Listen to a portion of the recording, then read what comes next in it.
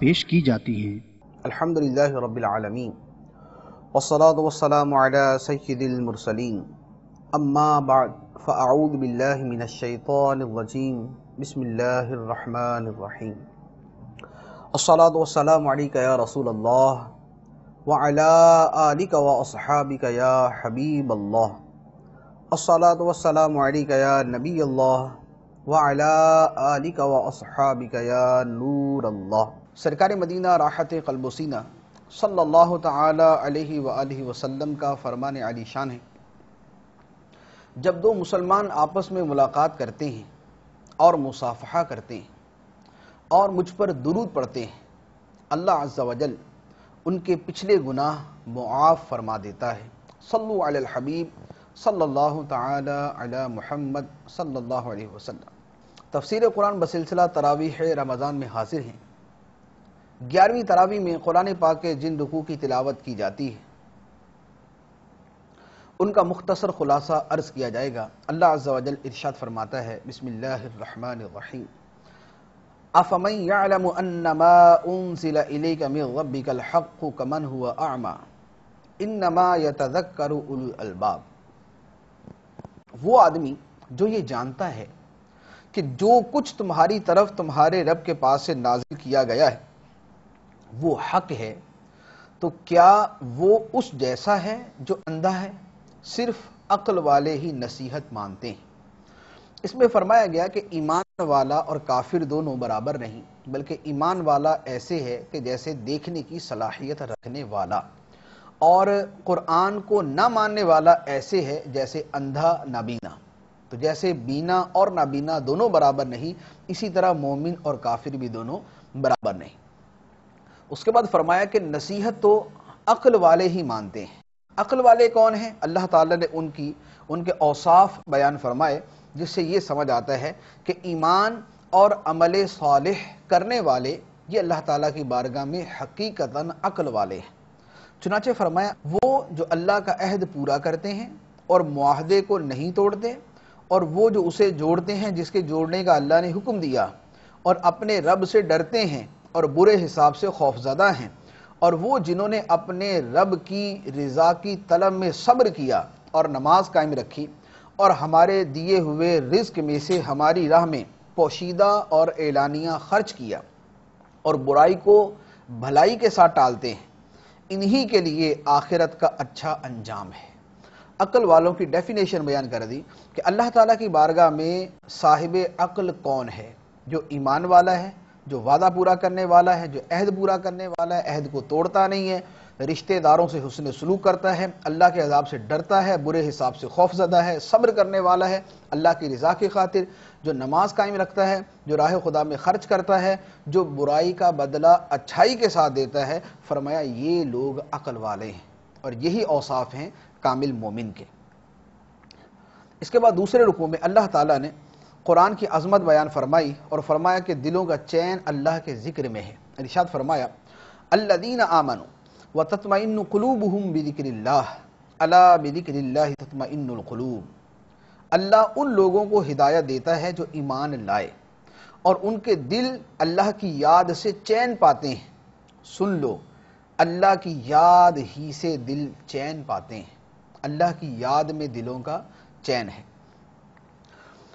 اللہ کی یاد سے مراد اس کا اولین مصداق تو قرآن پاک ہے، کہ قرآن پاک کے دلائل کے ساتھ دلوں کو اطمینان حاصل ہو جاتا ہے اور دل مطمئن ہو جاتے ہیں، دل سکون پاتے ہیں۔ اور اس کے علاوہ اللہ تعالیٰ کے ذکر کی اور جو بھی صورت ہے وہ دلوں کو اطمینان دینے والی ہے۔ اللہ کی عبادت، اللہ کا ذکر، اللہ کی یاد، اللہ کے نام کا ورد کرنا، وظیفہ کرنا، اللہ تعالیٰ کے احکام پہ عمل کرنا، یہ ساری چیزیں دلوں کو چین دینے والی ہیں۔ اس کے بعد تیسرے رکوع میں اللہ تعالیٰ نے مشرکین اور مومنین کا انجام بیان کیا۔ مشرکین کے لیے فرمایا لہم عذاب فی الحیات الدنیا ولعذاب الآخرۃ اشق۔ ان کے لیے دنیا کی زندگی میں عذاب ہے اور آخرت کا عذاب یقیناً زیادہ سخت ہے مشرکین کے لیے۔ اور مسلمانوں کے لیے فرمایا جس جنت کا پرہیزگاروں سے وعدہ کیا گیا ہے اس کا حال یہ ہے کہ اس کے نیچے نہریں جاری ہیں، اس کے پھل اور اس کا سایہ ہمیشہ رہنے والا ہے۔ یہ مومنوں کا انجام۔ چوتھے رکوع میں اللہ تبارک و تعالی نے سرکار دو عالم صلی اللہ تعالی علیہ وآلہ وسلم کی ایک بڑی پیاری شان بیان فرمائی. ارشاد فرمایا وَيَقُولُ الَّذِينَ كَفَرُوا لَسْتَ مُرْسَلًا، اور کافر کہتے ہیں اے محمد تم رسول نہیں ہو. کافر کہتے ہیں اے محمد تم رسول نہیں ہو. اللہ تبارک و تعالی نے اپنے حبیب پاک صلی اللہ تعالی علیہ وآلہ وسلم پر اعتراض کرنے والوں کو خود جواب ارشاد فرمایا، جو سرکار دو عالم صلی اللہ علیہ وسلم کی محبوبیت کی دلیل ہے کہ کفار اعتراض اللہ کے نبی پر کر رہے ہیں اور جواب انہیں اللہ عز و جل خود دے رہا ہے. اللہ تعالیٰ نے ارشاد فرمایا قل، اے محبوب تم فرما دو. یہ کفار آپ کی رسالت کا انکار کرتے ہیں، آپ کو رسول ماننے سے منکر ہوتے ہیں. قل، تم فرماؤ کفا باللہ شہیدم بینی و بینکم ومن عندہ علم الکتاب، تم فرماؤ میرے اور تمہارے درمیان اللہ کافی گواہ ہے. اللہ گواہی دیتا ہے کہ میں اس کا رسول ہوں، اور اللہ عز و جل کے بعد ومن عندہ علم الکتاب، اور جس کے پاس کتاب کا علم ہے، تورات اور انجیل کا سچا علم ہے، وہ جانتا ہے کہ میں اللہ کا رسول ہوں. تو تمہارے مجھے رسول ماننے نہ ماننے سے کوئی فرق نہیں پڑتا. میری رسالت اور میری نبوت کی گواہی تو خود رب العالمین ارشاد فرما رہا ہے. اس کے بعد پانچواں رکوع سورہ ابراہیم شروع ہوتی ہے. سورہ ابراہیم کے شروع میں اللہ تعالیٰ نے نبی پاک صلی اللہ تعالیٰ علیہ وآلہ وسلم کی ایک بڑی پیاری شان بیان فرمائی، جو قرآن کی شان بھی ہے اور اس کے ساتھ سرکار دو عالم صلی اللہ علیہ وآلہ وسلم کی عظمت بھی ہے. ارشاد فرمایا الف لام را کتاب انزلناہ الیک لتخرج الناس من الظلمات الی النور باذن ربہم الی صراط العزیز الحمید. یہ ایک کتاب ہے جو ہم نے تمہاری طرف نازل کی ہے تاکہ اے محبوب تم لوگوں کو ان کے رب کے حکم سے اندھیروں سے اجالے کی طرف نکالو. رب کے حکم سے اندھیروں سے اجالے کی طرف نکالو، تاریکیوں سے نور کی طرف لے کر آنا سرکار دو عالم صلی اللہ علیہ وسلم کا کام ہے. کہ سرکار دو عالم صلی اللہ علیہ وسلم ظاہری، باطنی، حسی، معنوی ہر اعتبار سے نور ہیں، اور آپ اپنے نور ہدایت کے ذریعے لوگوں کو کفر کی گمراہیوں کی تاریکیوں سے ایمان اور ہدایت کے نور اور روشنی کی طرف لانے والے ہیں. اس کے بعد اللہ تعالیٰ نے کفار کی ایک خصلت بیان کی، دنیا کی محبت میں ایسا گم ہو جانا کہ آخرت کو بھول جائے، دنیا کی محبت میں ایسا گم ہو جانا کہ خدا کو فراموش کر دے. فرمائے یہ کفار کا طریقہ ہے.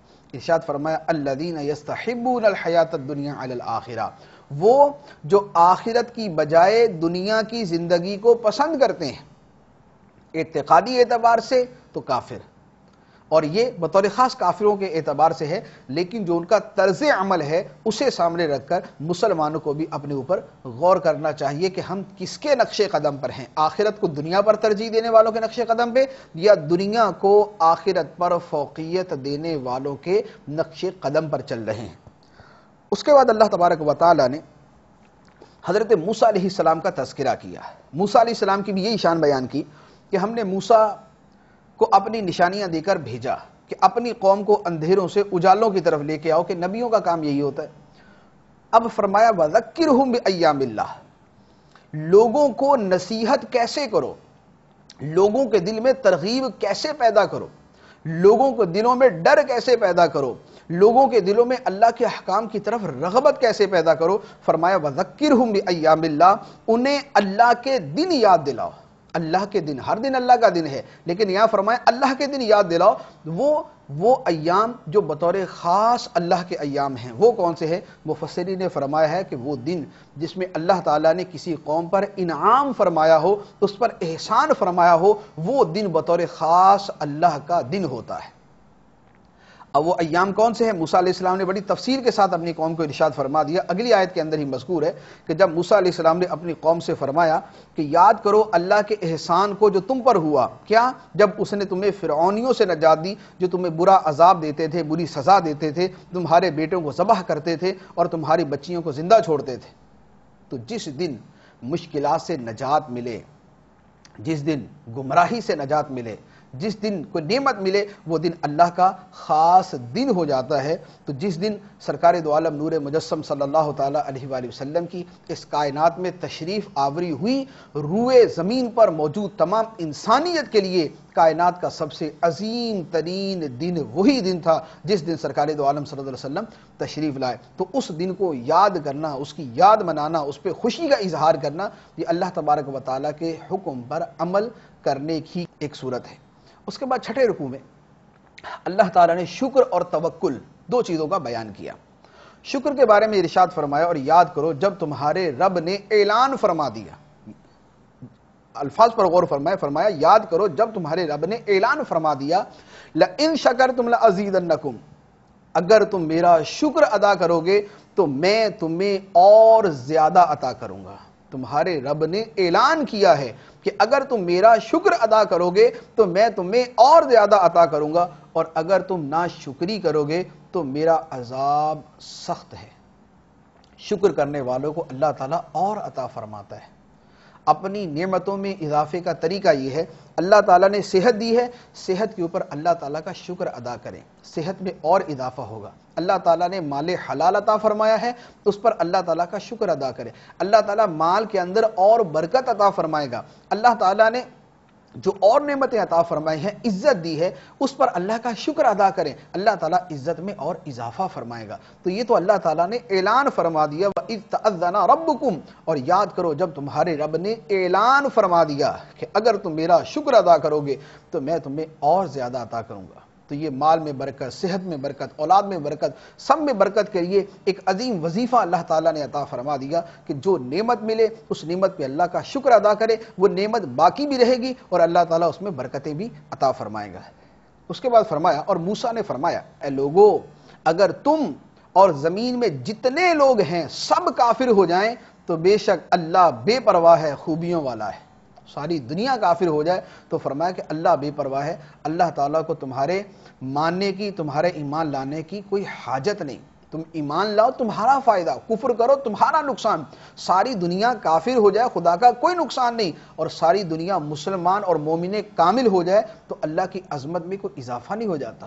اس کی عظمت پہلے ہی اتنی بلند و بالا ہے کہ اس میں ایک رتی برابر جو ہے کسی کے ایمان قبول کرنے نہ کرنے سے کمی بیشی نہیں ہو سکتی۔ اس کے بعد اللہ تعالیٰ نے توکل کے بارے میں فرمایا، وَعَلَى اللَّهِ فَلْيَتَوَكَّلِ الْمُؤْمِنُونَ،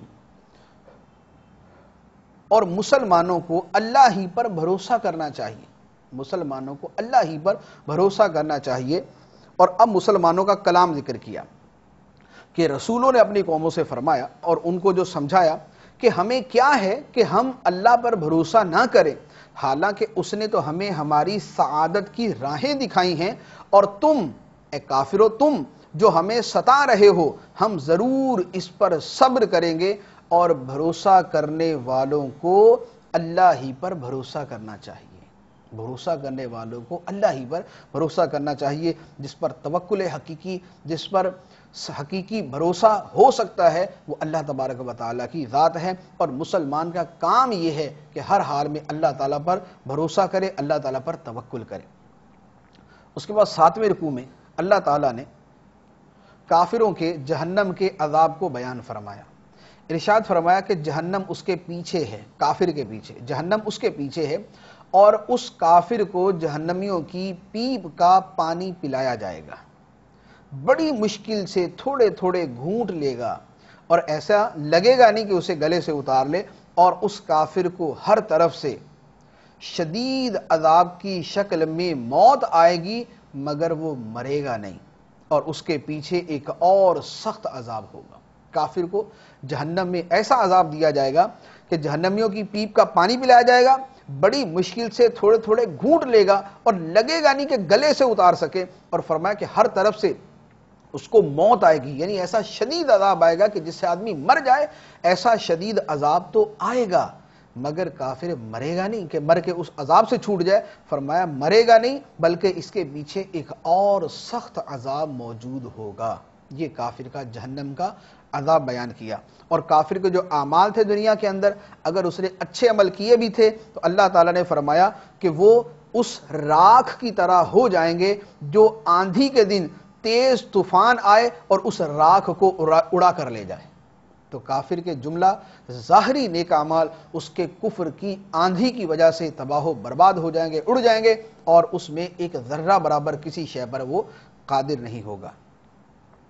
اس کے بعد 8ویں رکوع میں اللہ تعالیٰ نے شیطان کی مکاری بیان کی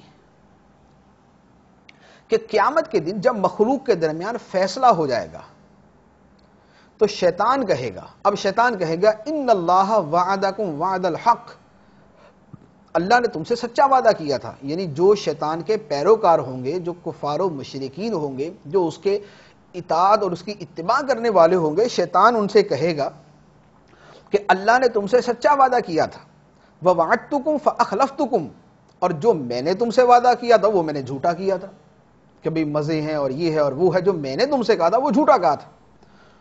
اب لوگ تو کہیں گے نا کہ تو نے تو ہمارا بیڑا غرق کر دیا، ہمیں تو کافر بنا دیا، جہنم میں ڈلوا دیا، ہمارے حق میں عذاب کا فیصلہ ہو گیا، تو سارا قصور تیرا ہے۔ شیطان سے کہیں گے، شیطان کہے گا وَمَا كَانَ لِيَ عَلَيْكُمْ مِن سُلْطَانٍ، میرا تمہارے اوپر کوئی زور تھوڑی تھا، میرا تم پہ کوئی زور نہیں تھا کہ میں تمہیں پکڑ کے گناہ کرواتا تھا، إِلَّا أَن دَعَوْتُكُمْ، بات صرف یہ تھی کہ میں تمہیں دعوت دیتا تھا کہ گناہ کرو، نافرمانی کرو، خدا کی جو ہے وہ نافرمانی کرو، دنیا کی لذتوں میں پڑ جاؤ، میں تو تمہیں دعوت دیتا تھا، فَاسْتَجَبْتُمْ لِي، تم نے میری دعوت کو قبول کیا، تو میں نے تمہیں پکڑ کر گناہ نہیں کروائے، میں نے تو تمہیں دعوت دی، تم میرے پیچھے لگے۔ فَلَا تَلُومُونِي وَلُومُوا أَنفُسَكُمْ، آج مجھے ملامت نہ کرو، اپنے آپ کو ملامت کرو۔ یہ شیطان کا وہ کلام ہے جو قیامت کے دن ہوگا اور جس کا اللہ تبارک و تعالیٰ دنیا کے اندر ہمیں بتا رہا ہے۔ اس آیت مبارکہ کو سامنے رکھ کر ہم سب کو غور کر لینا چاہیے کہ قیامت کے دن شیطان کے اوپر ہم یوں الزام نہیں دھر سکیں گے کہ سارا کچھ تو نے کرایا، وہ تو اتنا کہہ کے وہ ہم سے چھوٹ جائے گا، عذاب میں تو وہ بھی جائے گا لیکن ہم سے یوں چھوٹ جائے گا، وہ کہے گا کہ میں نے تمہیں کو پکڑ کے گناہ تھوڑی کروائے۔ اگر ہم دنیا میں گناہ کرتے ہیں تو شیطان کو ہمیں پکڑ کے تھوڑی کروا دیتا ہے، کوئی چوری ہے، ڈکیتی ہے، کوئی بدکاری ہے، کوئی دوسرا گناہ ہے، تو جو بھی کرتا ہے تو شیطان اس کو مجبور تھوڑی کر دیتا ہے۔ ہاں شیطان اس کو ترغیب دیتا ہے، اس کو لذتیں جو ہے وہ سجھاتا ہے، اس کے سامنے گناہ کو اچھا کر کے پیش کرتا ہے، لذت آمیز بنا کے پیش کرتا ہے، مال کو بڑا خوبصورت اور بڑے نت نئی پلاننگ کر کے اس کو دیتا ہے۔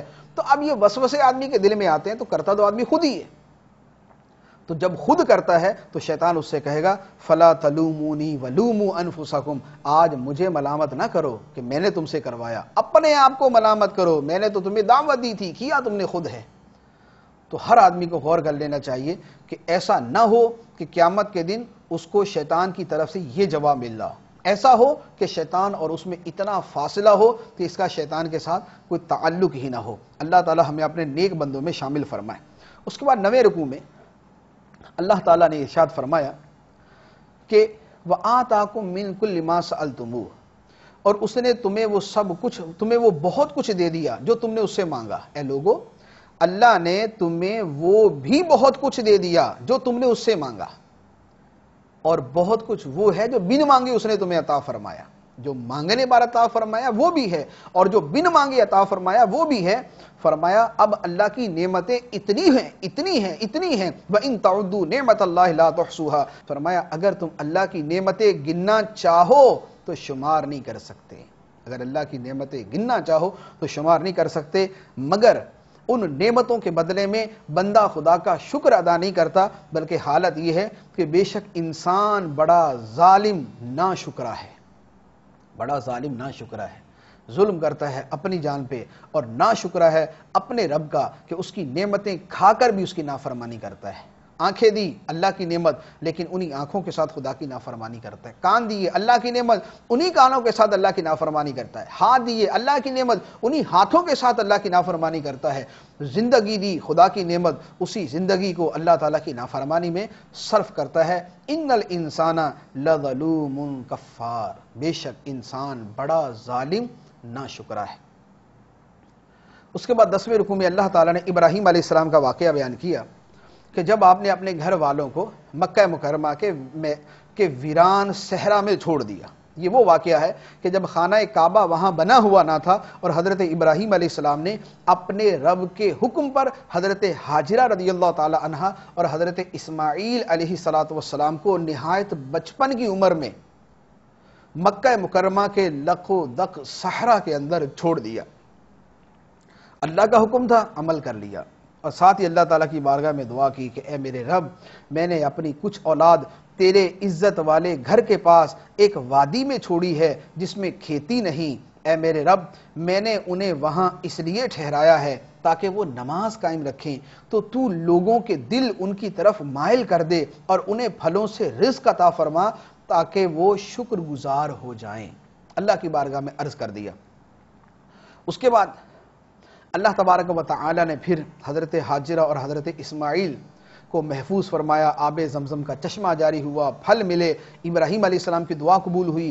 دنیا بھر کا رزق اور دنیا بھر کے پھل جو ہے وہ مکہ مکرمہ کی سرزمین پر جمع ہونا شروع ہو گئے، جو تب سے لے کر آج تک دنیا میں وہ پھل جو کہیں نہ ملے مکہ مکرمہ کی سرزمین پر مل جائے گا، اس لیے کہ اللہ کے پاک نبی حضرت ابراہیم علیہ السلام نے وہاں کے لیے دعا کی تھی. اور وہی چیز مدینہ منورہ میں ملے گی، اس لیے کہ مکے کے لیے حضرت ابراہیم علیہ السلام نے دعا کی تھی اور مدینہ منورہ کے لیے سرکار دو عالم صلی اللہ علیہ وسلم نے دعا کی تھی. اللہ تعالیٰ نے دونوں شہروں کو برکت والا، دونوں شہروں کو عظمت والا بنا دیا. اس کے بعد 11ویں رکوع میں اللہ تعالیٰ نے لوگوں کو تنبیہ فرمائی اور قیامت کا منظر بیان فرمایا. ارشاد فرمایا کہ اے سننے والے، ہرگز اللہ کو ان کاموں سے بے خبر نہ سمجھنا جو ظالم کر رہے ہیں. اللہ کو بے خبر نہ سمجھنا ان کاموں سے جو ظالم کر رہے ہیں، جو وہ کفر و شرک یا گناہ کرتے ہیں. اللہ تعالیٰ اسے غافل نہیں، اللہ تعالیٰ ہر شے کو دیکھ رہا ہے اور ہر شے کا بدلہ دے گا. پھر قیامت کا منظر ارشاد فرمایا کہ اللہ انہیں صرف ایک ایسے دن کے لیے ڈھیل دے رہا ہے جس میں دہشت کے مارے آنکھیں کھلی کی کھلی رہ جائیں گی. قیامت کے دن دہشت کے مارے آنکھیں کھلی کی کھلی رہ جائیں گی. لوگ بے تحاشا اپنے سروں کو اٹھائے ہوئے دوڑتے جا رہے ہوں گے، ان کی پلک بھی ان کی طرف جھپکنے کے لیے نہیں لوٹ رہی ہوگی، اور ان کے دل دہشت کے مارے سوچنے کی صلاحیت سے خالی ہو جائیں گے. جب قیامت کے دن اٹھایا جائے گا تو یہ اس دن کا منظر بیان کیا گیا. اس کے بعد اللہ تعالیٰ نے 12ویں رکوع میں سورہ حجر شروع ہوتی ہے. 12ویں رکوع میں ارشاد فرمایا کہ کفار بڑی آرزو کریں گے کہ کاش وہ دنیا میں مسلمان ہوتے. ربما یود الذین کفروا لو کانوا مسلمین. کافر بہت آرزویں کریں گے کہ کاش وہ دنیا میں مسلمان ہوتے، لیکن ایسا ہوگا نہیں کہ یہ محض تمنا ہوگی. دنیا کے اندر تو وہ کافر تھے، اور اللہ تعالیٰ فرماتے ہیں ذرہم، چھوڑ دو انہیں، ان کافروں کو چھوڑ دو جو خدا کو نہیں مانتے، چھوڑ دو انہیں. یاکلوا، کھاتے ہوئے، ویتمتعوا، مزے اڑاتے ہوئے، ویلہہم العمل، اور دنیا کی امید انہیں غفلت میں ڈالے ہوئے ہے. فسوف یعلمون، تو ان قریب جان لیں گے. کیا؟ اپنا انجام، اپنا انجام جان لیں گے. تو فرمایا کہ ان کو نیکی کی دعوت دینا، برائی سے منع کرنا، تبلیغ کرنا، یہ اپنی جگہ جاری رہے گا، لیکن اگر نہیں مانتے تو ان کے پیچھے ایسا پڑنے کی ضرورت نہیں کہ اپنی جان کھپاؤ، بلکہ انہیں کھاتے، دنیا کے مزے اڑاتے، اس میں چھوڑ دو. دنیا کی امید نے انہیں غفلت میں ڈالا ہوا ہے. تو سب سے بڑا گناہوں کا سبب اور وجہ دنیا کی امیدیں، لمبی آرزویں، اور ایک نت نئی پلاننگز، نت نئے منصوبے، موت کو بھول جانا، آخرت کو بھول جانا، یہ گناہوں کا سب سے بڑا ذریعہ اور سبب ہوتا ہے. اس کے بعد اللہ تعالیٰ نے اسی رکوع میں قرآن کی عظمت بیان فرمائی. ارشاد فرمایا انا نحن نزلنا الذکر وانا لہ لحافظون. بے شک ہم نے اس قرآن کو نازل کیا ہے اور بے شک ہم خود اس کی حفاظت کرنے والے ہیں. قرآن کی حفاظت اللہ تبارک و تعالیٰ کرتا ہے. 1400 سال سے زائد کا عرصہ گزر چکا، تب سے لے کر آج تک قرآن پاک کے ایک لفظ میں دنیا کی کوئی طاقت نہ کوئی کمی کر سکی، نہ کوئی زیادتی کر سکی، اور قیامت تک اللہ تبارک و تعالیٰ نے اس کی حفاظت کا ذمہ لیا ہے. یہ قیامت تک محفوظ، قیامت کے بعد بھی محفوظ. قرآن کے اندر ایک لفظ کی بھی تبدیلی کوئی نہیں کر سکتا. یہ اتنا واضح چیلنج اللہ عز و جل نے فرما دیا کہ ہم اس قرآن کی حفاظت کرنے والے، دنیا کے سارے لوگ مل جائیں، اگر چاہیں کہ قرآن میں ایک لفظ کی کمی بیشی کر دیں، ایسا کبھی نہیں ہوگا. قرآن پاک ہمیشہ ہمیشہ ہمیشہ محفوظ رہے گا. یہ قرآن کی حقانیت کی دلیل بھی ہے، اسلام کی حقانیت کی دلیل بھی ہے اور سرکار دو عالم صلی اللہ تعالی علیہ وآلہ وسلم کی حقانیت کی بھی دلیل ہے۔ اس کے بعد 13ویں رکوع سے اللہ تبارک و تعالی نے اپنی نعمتیں اور اپنی قدرت کا بیان فرمایا۔ زمین خدا نے بنائی، آسمان اللہ نے پیدا کیا، پانی اللہ تعالیٰ نے پیدا کیا، ہوائیں اللہ تبارک و تعالیٰ پیدا کرتا اور چلاتا ہے۔ تو یہ ساری کی ساری نعمتیں جو ہیں یہ اللہ تبارک و تعالیٰ کی طرف سے ہے، اور اللہ تعالیٰ نے کتنی پیاری بات ارشاد فرمائی، فرمایا وَإِن مِّن شَيْءٍ إِلَّا عِندَنَا خَزَائِنُهُ وَمَا نُنَزِّلُهُ إِلَّا بِقَدَرٍ معلوم، اور فرمایا اور ہمارے پاس ہر چیز کے خزانے ہیں۔ اللہ تعالیٰ فرماتا ہے اور ہمارے پاس ہر چیز کے خزانے ہیں اور ہم اسے ایک معلوم اندازے سے ہی اتارتے ہیں۔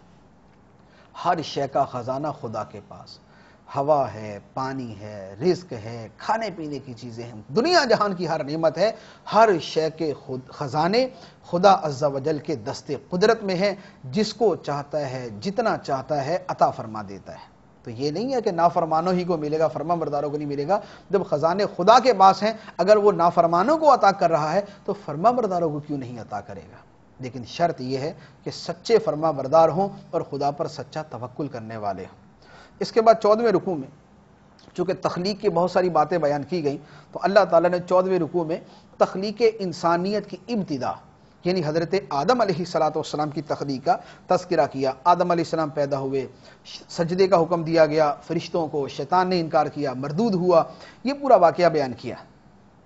اس کے بعد شیطان نے کہا کہ اے اللہ میں تیرے بندوں کو گمراہ کروں گا، لیکن جو تیرے مخلص چنے ہوئے بندے ہوں گے ان کو گمراہ نہیں کر سکوں گا۔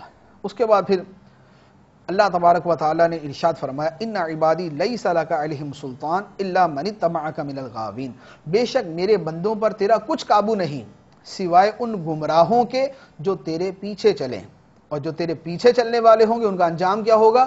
وَإِنَّ جَهَنَّمَ لَمَوْعِدُهُمْ أَجْمَعِينَ، اور بے شک جہنم ان سب کے عذاب کے وعدے کی جگہ ہے۔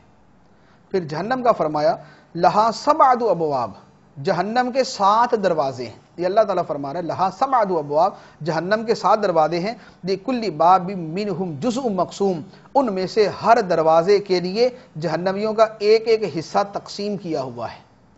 اس دروازے سے یہ والے لوگ جائیں گے، اس دروازے سے یہ والے جہنمی جائیں گے، فلاں دروازے سے فلاں جہنمی جائیں گے، یوں جہنم کے 7 دروازے ہیں۔ اس کے بعد 15ویں رکوع میں اللہ تعالیٰ نے جنتیوں کا تذکرہ فرمایا، کیونکہ پیچھے جہنمیوں کا تذکرہ گزرا، اب اس کے بعد جنتیوں کا تذکرہ فرمایا کہ بے شک ڈرنے والے متقین باغوں اور چشموں میں ہوں گے، ان سے کہا جائے گا ان باغوں اور چشموں میں سلامتی کے ساتھ امن و امان سے داخل ہو جاؤ۔ جنتیوں سے جب وہ جنت میں داخل ہوں گے ان کو خوش آمدید کہا جائے گا، ویلکم کہا جائے گا کہ امن و سلامتی کے ساتھ، امن و امان کے ساتھ اور سلامتی کے ساتھ اس میں داخل ہو جاؤ۔ اور فرمایا اللہ تعالیٰ فرماتا ہے وَنَزَعْنَا مَا فِي صُدُورِهِم مِّنْ غِلٍّ إِخْوَانًا عَلَى سُرُرٍ مُتَقَابِلِينَ، اور ہم ان کے سینوں میں موجود کینہ کھینچ لیں گے۔ جنتی جنت میں ہوں گے تو دنیا میں اگر ایک دوسرے سے تھوڑا بہت کینہ بھی ہوگا جو اللہ تعالیٰ معاف فرما کے ان کو جنت میں بھیج دے گا، تو فرمایا کہ ان کے دلوں سے اس طرح کا جو کینہ ہوگا اللہ تعالیٰ وہ کھینچ لے گا، ختم فرما دے گا۔ اخوانن، جنت میں آپس میں بھائی بھائی ہوں گے، علی سرر متقابلین، اور تختوں کے اوپر ایک دوسرے کے سامنے بیٹھے ہوں گے، آمنے سامنے جنت میں تختوں کے اوپر بیٹھے ہوئے ہوں گے۔ یہ جنتیوں کی شان ہے۔ پھر فرمایا لا یمسہم فیہا نصب وما ہم منہا بمخرجین، ان باغات میں انہیں نہ کوئی تکلیف پہنچے گی اور نہ ہی وہ وہاں سے نکالے جائیں گے۔ جنتی جنت میں ہر تکلیف سے محفوظ ہوں گے اور جنت سے کبھی نکالے نہیں جائیں گے، ہمیشہ جنت میں رہیں گے۔ اس کے بعد جنت اور نیک اور نافرمان بندوں کا تذکرہ کرنے کے بعد اللہ تعالیٰ نے حضرت ابراہیم علیہ السلام کا واقعہ بیان کیا، فرشتے ان کے پاس آئے، اولاد کی بشارت ان کو عطا فرمائی حضرت اسحاق علیہ السلام کی۔ اس کے بعد پھر وہی جو ابھی ہمارے پچھلے جو ہے وہ درس میں گزرا تھا کہ حضرت ابراہیم علیہ السلام پوچھیں گے کہ تمہارے آنے کا مقصد کیا ہے، آئے کیوں ہو؟ وہ کہیں گے کہ ہمیں ایک مجرم قوم کی طرف بھیجا گیا ہے، حضرت لوط علیہ السلام کی قوم کی طرف بھیجا گیا ہے، ہم لوط علیہ السلام اور ان کے مومن پیروکاروں کو بچا لیں گے اور نافرمانوں کو عذاب دیں گے۔ چنانچہ اس کے بعد پھر وہ فرشتے حضرت لوط علیہ السلام کے پاس آئے، یہ اس سے اگلے رکوع کے اندر 16ویں رکوع میں تذکرہ ہے لوط علیہ السلام کے پاس فرشتے آئے تو ان کی قوم اپنی خباثت جو ہے وہ دکھانے کے لیے گھر پہ آ گئے کہ یہ لڑکے خوبصورت ہیں، ہمارے حوالے کر دو معاذ اللہ برے کام کے لیے۔ تو حضرت لوط علیہ السلام نہایت ہی پریشان ہوئے کہ میرے مہمان ہیں، میرے گھر میں آئے ہیں، اور میری قوم کی خباثت کی انتہا وہاں تک پہنچ چکی ہے کہ یہ مہمانوں تک کو نہیں چھوڑے۔ تو جب فرشتوں نے لوط علیہ السلام کو پریشان دیکھا تو ارشاد فرمایا کہ آپ کو پریشان ہونے کی ضرورت نہیں، ہم عذاب کے لیے نازل ہوئے اور آپ کی قوم کے برے اعمال اور بد فعلیوں کی وجہ سے ان کا انجام ان کے سر پہ آ چکا، اب ان پر عذاب آنے والا ہے۔ چنانچہ پھر ان پر عذاب آیا، فرمایا فَجَعَلْنَا عَالِيَهَا سَافِلَهَا وَأَمْطَرْنَا عَلَيْهِمْ حِجَارَةً مِّن سِجِّيلٍ، اور اس سے پہلے فرمایا تو دن نکلتے ہی انہیں جبرائیل کی زوردار چیخ نے آ پکڑا، دن چڑھتے ہی دن نکلتے ہی انہیں جبرائیل کی زوردار چیخ نے آ پکڑا، اور ہم نے اس بستی کا اوپر کا حصہ اس کے نیچے کا حصہ کر دیا اور ان پر کینکر کے پتھر برسائے، تباہ و برباد کر دیا۔ تو یوں لوط علیہ السلام کی قوم اپنے کفر اور اپنی بد فعلیوں اور لواطت کی وجہ سے اپنے انجام کو پہنچی اور تباہ و برباد ہوئی۔ اس کے بعد 17ویں رکوع میں قوم سمود کا تذکرہ ہے۔ قوم سمود کے تذکرے کے بعد سورہ نحل شروع ہوتی ہے 18ویں رکوع سے۔ سورہ نحل کا جو خلاصہ مضمون ہے وہ تمام کا تمام اللہ تعالیٰ کی قدرت اور اللہ تعالیٰ کی نعمتوں کا بیان ہے۔ جو پوری صورت کے اندر جو نعمتیں بیان کی گئی ہیں صرف ان کا اجمال کے ساتھ تذکرہ کرتا ہوں۔ اللہ تعالیٰ نے انسان کو پیدا کیا، زمین کو پیدا کیا، وحی نازل فرمائی، آسمان پیدا کیے، مختلف جانور پیدا کیے، جن جانوروں سے ہم لباس بناتے ہیں، جن کا گوشت کھاتے ہیں، جن کے اوپر سواری کرتے ہیں، جن کے ذریعے کھیتی باڑی کرتے ہیں، یہ تمام نعمتیں اللہ عز و جل نے عطا فرمائی۔ گھوڑے پیدا کیے، خچر پیدا کیے جن کے اوپر تم سوار ہوتے ہیں، جو تمہارے لیے زینت ہے، اور اس کے علاوہ اللہ تعالیٰ کیا کیا پیدا فرمائے گا، فرمایا تم نہیں جانتے۔ یہ چیزیں جو ہمارے سامنے ہیں وہ تو بیان کر دی جو اس زمانے کے اعتبار سے تھا، اس کے ساتھ فرمایا وَيَخْلُقُ مَا لَا تَعْلَمُونَ، اور اللہ مزید ایسی چیزیں پیدا کرے گا جو تم نہیں جانتے۔ 1400 سال پہلے فرمایا گیا سواری کے لیے اللہ وہ چیزیں پیدا فرمائے گا جو تم نہیں جانتے۔ ہوائی جہاز پیدا ہو گئے، ٹرینیں بن گئی، کاریں بن گئی، گاڑیاں بن گئی، بسیں بن گئی، اب اس کے آگے اور کیا بن جائے گا یہ آج ہمیں پتہ نہیں، یہ ہو سکتا ہے آج سے 1000 سال بعد لوگوں کو پتہ چلے۔ تو اللہ تبارک و تعالیٰ نے فرمایا کہ ابھی تو خدا وہ چیزیں پیدا کرے گا جو تم نہیں جانتے۔ تو وہ نہیں جانتے تھے اس زمانے کے لوگ، اور ہم جانتے ہیں کہ ہماری آنکھوں کے سامنے ہوائی جہاز اڑ رہے ہیں، ٹرینیں چل رہی، بسیں چل رہی ہیں، اور آج کے بعد پھر اگلے زمانے میں نہ جانے کیا پیدا ہو جائے یہ ہم نہیں جانتے۔ تو یہ اللہ تبارک و تعالیٰ نے وہ غیب کی خبر دی جو ہر زمانے کے ساتھ پوری ہو رہی ہے، جو ہر زمانے کے ساتھ پوری ہو رہی۔ اس کے بعد اللہ تعالیٰ نے ارشاد فرمایا کہ اس نے آسمان سے پانی اتارا، اس سے کھیتی پیدا فرمائی، سورج چاند اس کو مسخر فرمایا، یہ تمہارے کام میں لگے ہوئے، سمندر خدا کی نعمت، سمندر میں چلنے والی کشتیاں خدا کی نعمت، سمندر میں مچھلی کا گوشت تمہارے لیے خدا کی نعمت، سمندر کے اندر پھر جو زیور سونا ہیرے جواہرات موتی ملتے ہیں یہ خدا کی نعمت۔ یہ ساری نعمتیں بیان کر کے فرمایا وَإِن تَعُدُّوا نِعْمَةَ اللَّهِ لَا تُحْصُوهَا إِنَّ اللَّهَ لَغَفُورٌ رَحِيمٌ، اور اگر تم اللہ کی نعمتیں گنو تو انہیں شمار نہیں کر سکو گے۔ اس کے بعد 20ویں اور 21ویں رکوع میں توحید اور قیامت کا تذکرہ کیا۔ 22ویں رکوع کے اندر مشرکین کا اپنے آباء و اجداد کی پیروی کرنا اس کا رد کیا اور ان مشرکین کے آباء و اجداد کا انجام بیان کیا۔ 23ویں رکوع میں بیان کیا کہ عذاب الہی سے بے خوف ہونا مسلمان کا طریقہ نہیں بلکہ مشرک کا طریقہ ہے۔ 24ویں رکوع کے اندر ان مشرکوں کا رد کیا جو دو خدا مانتے تھے جیسے مجوسی، اور مشرکین جو ہے خدا کے لیے بیٹیاں ثابت کرتے تھے کہ فرشتے اللہ کی بیٹیاں۔ اللہ تعالیٰ نے فرمایا کہ تمہارے ہاں بیٹی پیدا ہو تو تمہیں دکھ ہوتا ہے، تمہارا چہرہ بگڑ جاتا ہے، غصے کے اندر بھرے پھرتے ہو، غم کے مارے تمہارا برا حال ہو جاتا ہے، تو جس شے کو اپنے لیے ناپسند کرتے ہو اسے خدا کے لیے ثابت کرتے ہو کہ خدا کی بیٹیاں ہیں۔ فرمایا کہ یہ تمہارا یہ طرز عمل کیسا ہے، اور پھر یہ بھی اس میں اشارتاً فرما دیا کہ بیٹیوں کی پیدائش پہ ناخوش ہونا اور غم کا اظہار کرنا یہ کافروں کا طریقہ ہے۔ بیٹے پہ خوش ہونا اچھی بات، لیکن بیٹیوں پہ ناخوش ہونا یہ کفار کا طریقہ ہے۔ اور بدقسمتی کے ساتھ ہمارے معاشرے کے اندر بھی یہ بات اتنی بڑھتی جا رہی ہے کہ جس کی پہلے مرتبہ بیٹی پیدا ہو جائے وہ تو شاید صبر و شکر کے ساتھ گزارا کر ہی لیتا ہے، لیکن جس کے ہاں دوسری کے بعد تیسری بیٹی پیدا ہو جائے تو پھر سارے خاندان والے اس کو مبارکباد دینے سے ڈرتے ہیں، اور وہ بھی مبارکبادی وصول کرنے پر پریشان ہوتا ہے اور غصے کا اظہار کرتا ہے۔ تو یہ کفار کا طریقہ ہے کہ بیٹیوں کی پیدائش کے اوپر غم کا اور دکھ کا اظہار کیا جائے۔ اس کے بعد 25ویں رکوع کے اندر اللہ تعالیٰ نے مشرکین کی بد فہمیوں اور غلط فہمیوں اور خوش فہمیوں کا رد کیا۔ 26ویں رکوع میں فرمایا کہ دودھ اللہ تعالیٰ کہاں سے پیدا فرماتا ہے؟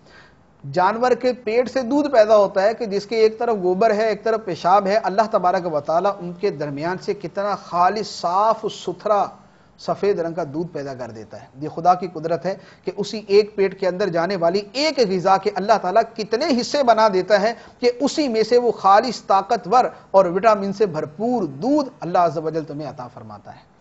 پھر اس کے بعد فرمایا کہ شہد کو دیکھ لو، شہد کہاں سے پیدا ہوتا ہے؟ شہد کی مکھی کے پیٹ سے پیدا ہوتا ہے۔ وہ جو پھلوں کا رس چوس رہی ہے، جو پھلوں کا رس چوستی ہے، وہ پھلوں کا رس کڑوا بھی ہو سکتا ہے، وہ پھیکا بھی ہو سکتا ہے، وہ ہو سکتا ہے تھوڑا بہت میٹھا بھی ہو، لیکن اللہ تعالیٰ کتنا میٹھا اور لذیذ شہد جو ہے تمہیں وہاں سے عطا فرماتا ہے، جس شہد کے اندر اللہ تعالیٰ نے شفا رکھی ہے۔ 27ویں رکوع میں ارشاد فرمایا کہ تمہارے بیٹے، تمہارے پوتے، تمہاری بیویاں، تمہارا رزق، یہ سب اللہ کی نعمت ہے۔ بیٹے بھی، پوتے بھی، بیویاں بھی اور رزق بھی سب اللہ تعالیٰ کی نعمت ہے۔ 28ویں رکوع میں اللہ تعالیٰ کی کثیر نعمتوں کو بیان کیا۔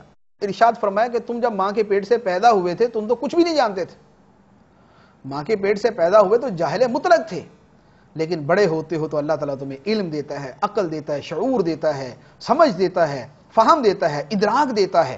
تو یہ خدا کی نعمتیں ہیں۔ فرمایا اس نے تمہیں کان دیے، آنکھیں دیے، دل دیے، یہ ساری چیزیں اس لیے عطا فرمائیں کہ ساری چیزیں اس لیے عطا فرمائیں لعلکم تشکرون، تاکہ تم خدا کے شکر گزار بندے بن جاؤ۔ آنکھیں دی، کان دیے، یہ ساری نعمت اس لیے خدا کے شکر گزار بندے بن جاؤ۔ اللہ تعالی ہمیں اپنا شکر گزار بندہ بنائے۔ 29ویں رکوع کے اندر قیامت کا تذکرہ، سرکار دو عالم صلی اللہ علیہ وسلم کا تمام لوگوں پر گواہ ہونا، اس کا تذکرہ، اور قرآن پاک کی شان بیان فرمائی۔ ارشاد فرمایا وَنَزَّلْنَا عَلَيْكَ الْكِتَابَ تِبْيَانًا لِكُلِّ شَيْءٍ وَهُدًى وَرَحْمَةً وَبُشْرَىٰ لِلْمُسْلِمِينَ، اور ہم نے تم پر یہ قرآن اتارا جو ہر چیز کا روشن بیان ہے اور مسلمانوں کے لیے ہدایت اور رحمت اور بشارت ہے۔ اللہ تبارک و تعالی ہمیں اپنے احکام پر عمل کرنے کی توفیق عطا فرمائے، آمین، بجاہ النبی الامین صلی اللہ تعالی علیہ وسلم۔